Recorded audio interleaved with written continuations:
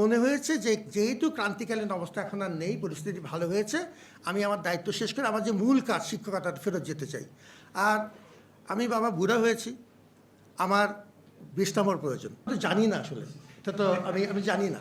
সেটা কথা হচ্ছে এখন পর্যন্ত একটা ইন অল ফেয়ারনেস একটা কথা বলতে হবে যে আমি রাজনৈতিক দলগুলোর কাছ থেকে সহযোগিতা পেয়েছি। এটা না বললে তাদের প্রতি অবিচার হবে।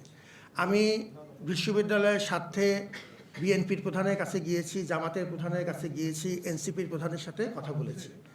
তারা প্রত্যেকে আমাকে অসাধারণ সম্মান জানিয়েছে, অসাধারণ সম্মান করেছেন প্রত্যেকবার।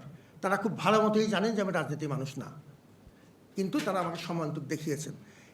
ডাকসুই বলেন বা তার আগের পরিস্থিতিটা বলেন, 11 মাসের যে প্রস্তুতি, কোনো রকম বড় মাপের এই সংঘাত রক্তপাত হয়নি। কারণ আমাদের রাজনৈতিক সংগঠনগুলো এবং ছাত্র সংগঠনগুলো মোটামুটিভাবে একটা পরিমিতিবোধ বুঝিয়ে রেখেছেন এবং সহনশীলতা দেখিয়েছেন। এটি আমার প্রতি তাদের একটি বড় উপহার মনে করি এবং আমি তাদের প্রতি গভীরভাবে কৃতজ্ঞ। আমি এই কথাটা বলেই শেষ করতে চাচ্ছিলাম যে বহু মানুষের অবদান আছে আমাদের এই কঠিন সময়ে।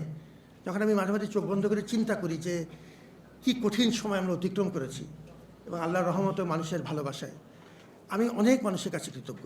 আমার এসএমটি সিনিয়র ম্যানেজমেন্ট টিম, সাংবাদিকদের কথা আমি বলেছি, বিশেষ করে ডাকসুর সময়ে সাংবাদিকরা যে যে মনিটরিংয়ের দায়িত্বটা পালন করেছেন, সেটি এই পুরো প্রক্রিয়াটাকে একটা গ্রহণযোগ্যতা এবং বিশ্বাসযোগ্যতা দিয়েছে। তাদের প্রতি আমার গভীর কৃতজ্ঞতা আছে।